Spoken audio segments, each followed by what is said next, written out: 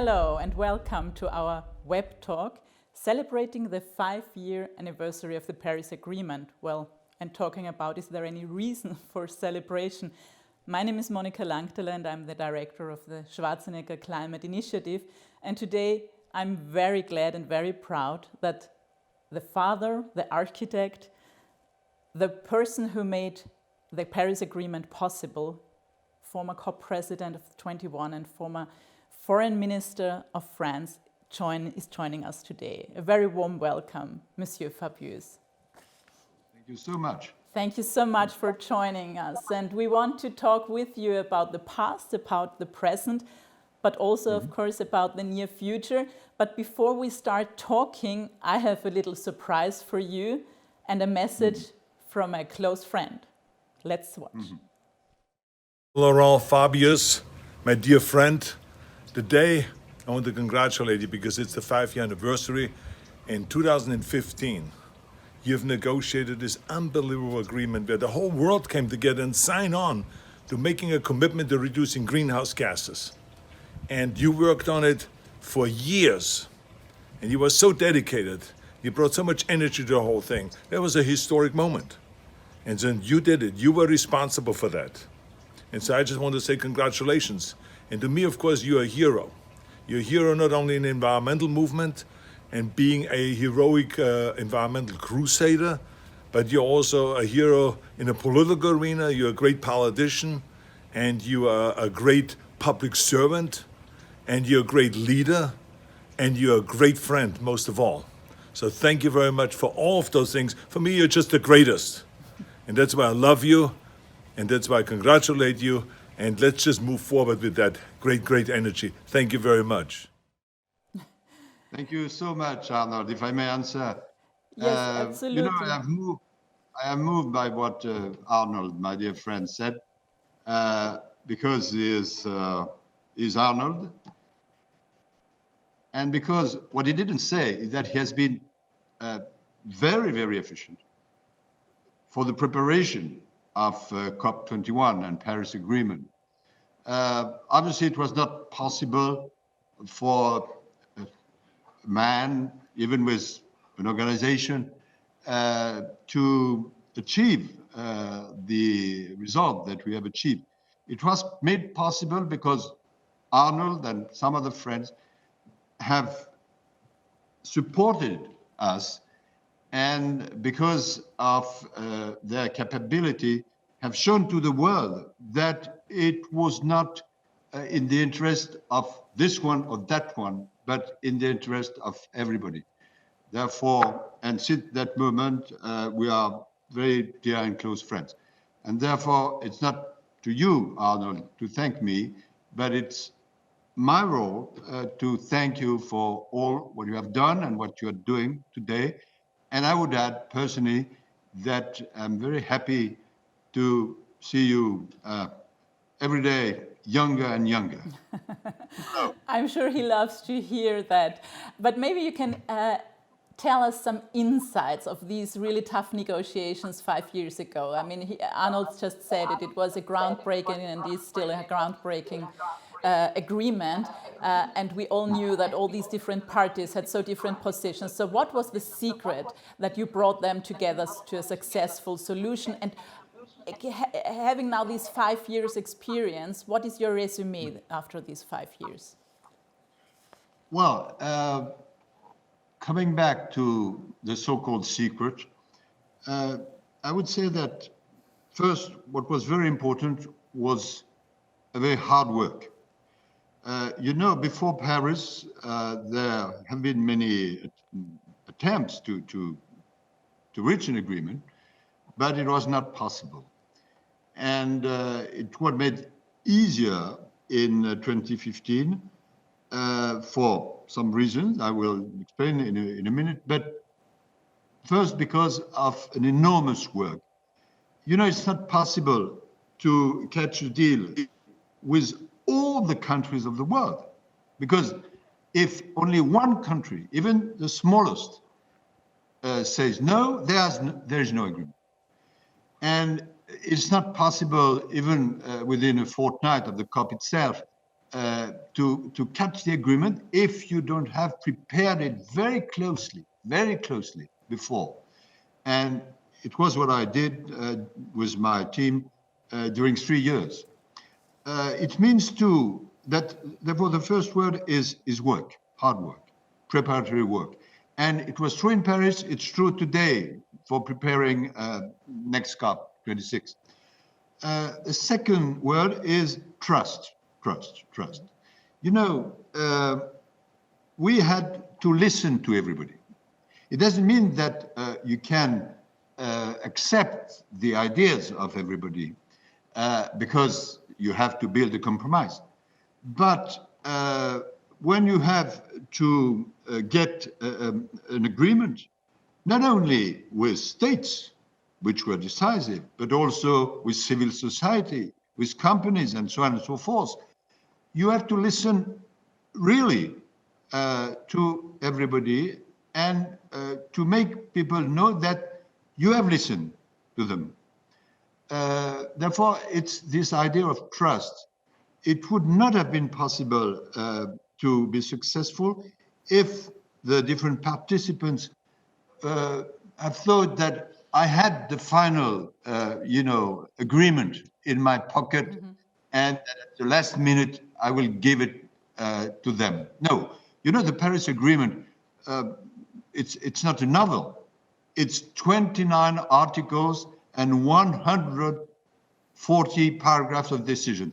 And if you want to coin that, you have to build trust. Therefore, it's the second thing. And the third one, after work and trust, is to be ambitious. Because it would have been possible to catch a deal at a minimum level, but it would have been useless. And therefore, we had to decide the famous 1.5 degrees, 2 degrees, the famous nationally determined contribution every 5 years enhanced, and so on and so forth. Therefore, it is the way that it has been possible. I would add more secretly that nothing replaces the personal touch. You know, to a certain extent, states are monsters. But if you are able to convince the leaders, the political leaders, the business leaders, the NGO leaders, the youngster, things can be changed. And I remember the last weekend, that will be my final comment. Last weekend before the COP itself, I took my plane and paid a visit. It was not so good for CO2 emissions, I must admit. But in the same weekend, I paid a visit to the president of South Africa, to the prime minister of India, and to the president of Brazil, because I was not sure of their behavior, and they were decisive. Not only US, Obama at the time, not only China, obviously, not only Europe, and so many people, but these three ones. And when you are speaking directly, things can change. And it's true, it was true yesterday, and it is true today. Nothing replaces the patience and the personal touch. Absolutely. I can very well understand what you said. And you also said, of course, that ambition is one of the key factors. We all thought that 2020 might be a year full of ambitions when we talked maybe 1 year ago. But then 2020 developed completely different with a pandemic. States are still struggling with this virus and not really combating greenhouse gas emissions. So what does still go wrong? What would be your advice, looking at the present situation, that we really increase our ambition and do much more than these last 5 years? What was the strength of the planet in Paris? Union of every single country in the world. Because at the end of the day, there was 195 countries, heads of state and government, who said, yes, this asset, this planet, since 5 years, well, it broke into pieces for different reasons. And one of the reasons Arnold knows perfectly well. I mean, let's be clear, President Trump. The real situation today is that we are not in line with Paris objective, but things are changing in the right direction.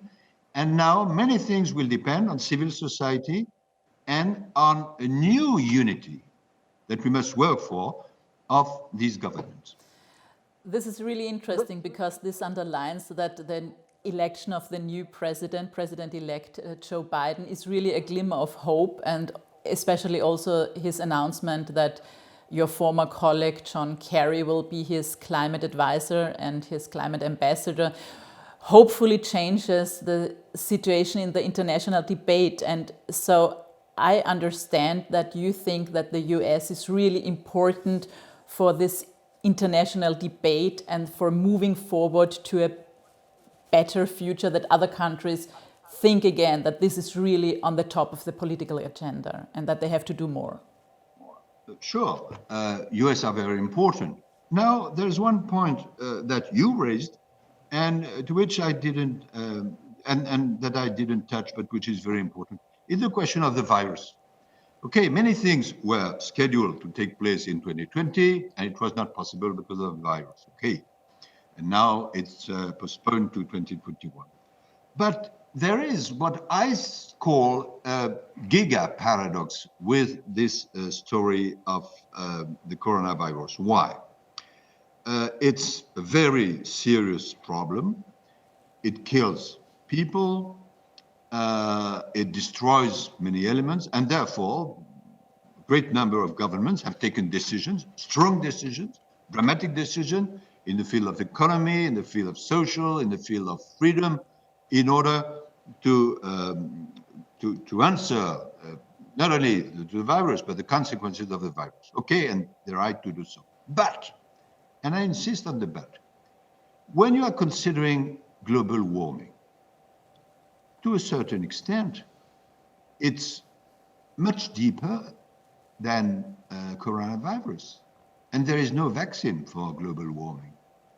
And in terms of health and dead people, it's much more, and I hope that I don't hurt you, it's much more when you add the different years, that the coronavirus.